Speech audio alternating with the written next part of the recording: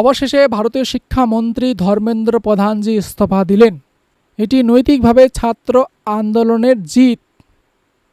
এখন প্রশ্ন হচ্ছে, যে সরকার 2014 থেকে 2025 পর্যন্ত এই সময়কালে অনেক আন্দোলন হয়েছে, সবথেকে বড় প্রমুখ আন্দোলন কৃষক আন্দোলন পাঞ্জাব এবং হরিয়ানার বর্ডারে, শাহিনবাগ আন্দোলন, কিন্তু সরকার ঝুঁকেনি, শুধু কৃষক আন্দোলনে ঝুঁকেছিল, কারণ সামনে ইলেকশন ছিল।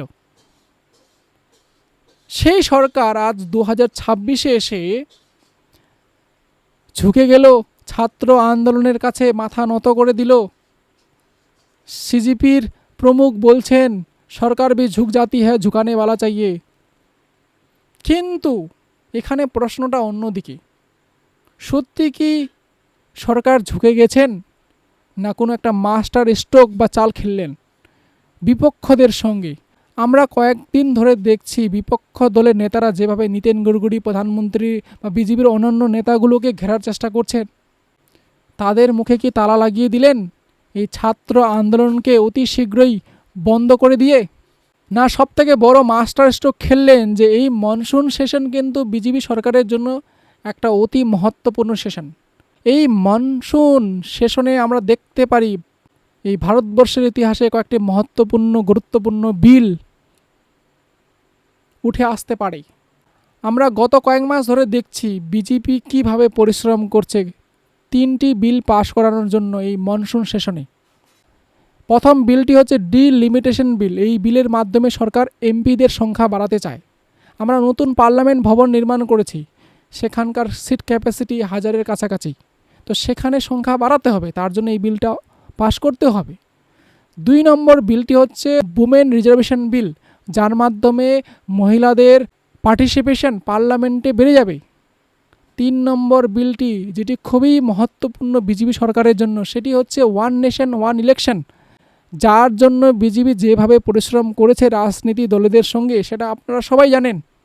আমরা দেখলাম মমতা ব্যানার্জির পার্টিটি টুকরো টুকরো হয়ে গেল, উদ্ধব ঠাকরের দলের অনেক এমপি অনেক সাংসদ বের হয়ে এলেন শুধু একটি কারণে, যখন এই 3টি বিল পার্লামেন্টে নিয়ে আসা হবে তখন বিজেপি যেন ফুল মেজরিটি পায়, 2/3 মেজরিটি যেন পায়, যাতে এই বিলগুলো পাশ করাতে পারে। এটাই হচ্ছে বিজেপির মেন উদ্দেশ্য।